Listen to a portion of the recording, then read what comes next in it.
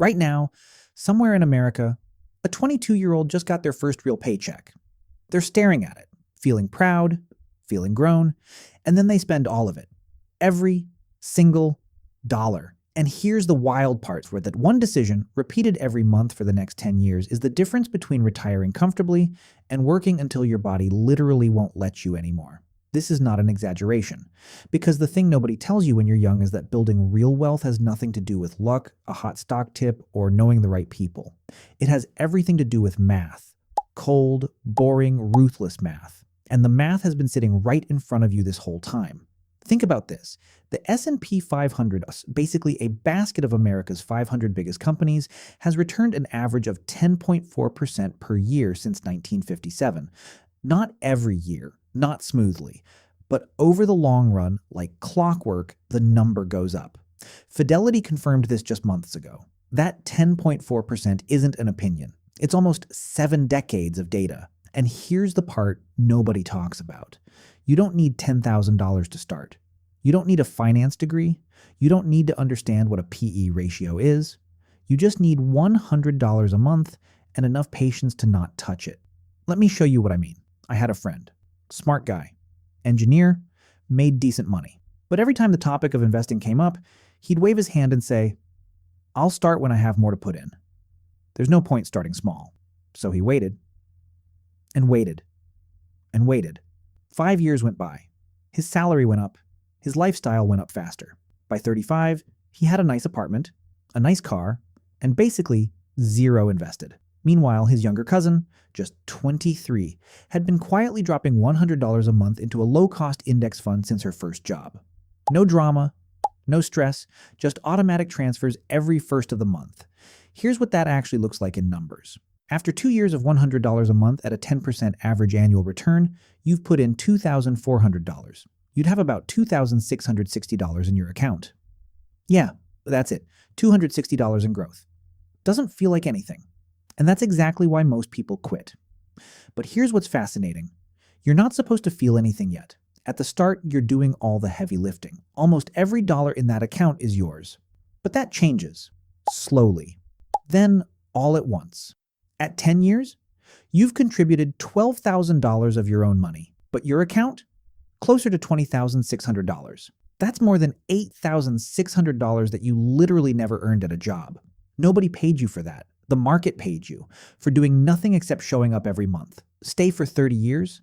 That same $100 a month, same 10% average return grows to roughly $228,000. You put in $36,000. The market handed you back almost $192,000 on top of it. That is compound growth, interest earning interest, every single month for decades. It's the closest thing to a financial superpower that's actually available to regular people. But that's only half the story. And honestly, what comes next is even stranger. Because here's the real unlock. Nobody stays at $100 a month forever. Your income grows. Your investments should grow with it. Say you start at $100 a month in your 20s. By your 30s, after a promotion or two, you bump it to $300 a month. You'd be entering your 40s with over $117,000. More than half of that is pure market growth.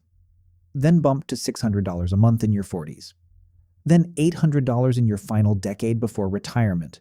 Total you personally invest over 40 years? Just over $224,000. Your portfolio's actual worth? Over $1.3 million. You did not become a millionaire by being brilliant. You became one by being consistent. The market did the rest. And here's the part nobody talks about. Most people aren't waiting because they're lazy. They're waiting because they're scared. Scared of the wrong time to invest. Every time they open the news, there's a crisis, a crash warning, a recession prediction. So they tell themselves they'll wait until things settle down. But think about this. Someone who panic sold their investments in March 2020 at the bottom of the COVID crash and waited for things to calm down. They missed one of the fastest market recoveries in history. The S&P 500 had already recovered its losses within months. The people who waited to feel safe again bought back in at higher prices. Time in the market beats timing the market. Every single time. The irony is brutal. By the time the headlines feel optimistic, the opportunity is usually already gone. The people who stayed in, even when it felt terrifying, are the ones who got rich. And yet millions of people are still out here waiting for the perfect moment that never comes. Let's start with the one question everyone wants answered, but almost nobody addresses directly. What do you actually invest in? For most beginners, a simple, low-cost index fund tracking the S&P 500 is more than enough. You're not picking stocks. You're not guessing which company wins.